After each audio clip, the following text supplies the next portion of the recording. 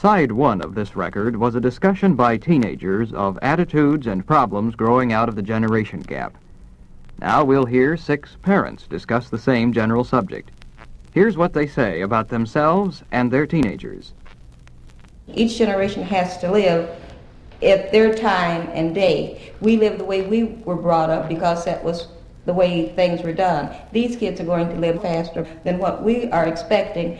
To me, a generation gap with the kids we can't keep up with them. If we tell our child, well, look, quit complaining, you've never had it so good. It seems to me that this is a materialistic viewpoint. We have far more important things to leave our children. It seems to me that if we ground our children in the faith, that the material things will take care of themselves. What do you think young people are attempting to say to us through their styles? I'm defying all your neatness, your cleanliness, your be-like-me attitude. That's exactly what they're doing. I honestly can't say that my girls have ever worn anything that I considered way out, and I don't know how I'd honestly answer that. I think that illustrates one of the things that happens today. We are conditioned to change. Even those of us that are older, we become conditioned to young people wearing their hair much longer than what we were used to, and think nothing of it. I sometimes wonder why, and yet it is a way of conforming to the idea that they want to show the world that they are different from the so-called establishment or older generation. We, as a generation, haven't really applied ourselves to showing our kids when they were much younger a better world.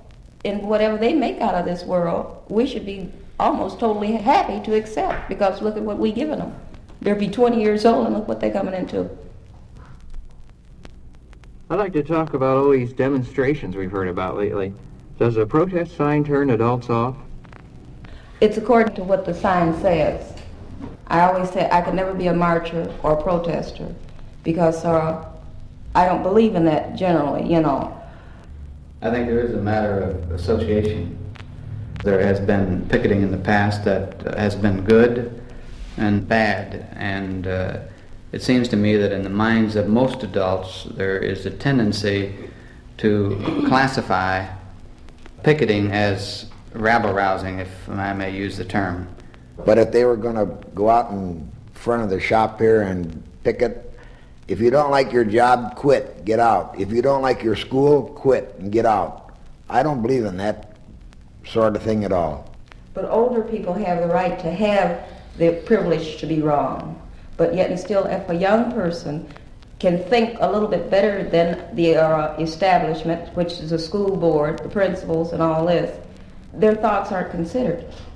I don't believe that that's completely true. I think they are considered, and I think there are ways in which the student in a school system can make his desires known and can submit requests. But it seems to me that the problem many times today is that the young person is not willing to take no for an answer. Many of the things that they are protesting about are really somewhat petty. Not really very important, but it's the fad today to protest. I think the war in Vietnam is certainly not petty. I think civil rights are not petty, and there have been many protests in these areas, and there's been much progress in civil rights over the past 15 years. However, even there is a real question whether the methods being used are the right methods. And there is a question whether people are willing to take no for an answer and be patient enough to allow minds to change. 100 years have went by waiting patiently. Today, our young people have more compassion for the problem and the issue. They're going to help. I mean, they're not out and they're not going to accept it. The times are changing for all of us. I mean, we all have to learn and accept.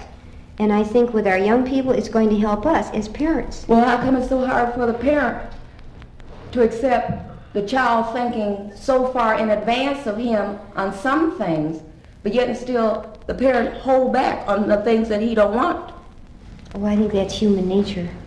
We as a generation were guilty of continuing practices which our parents continued.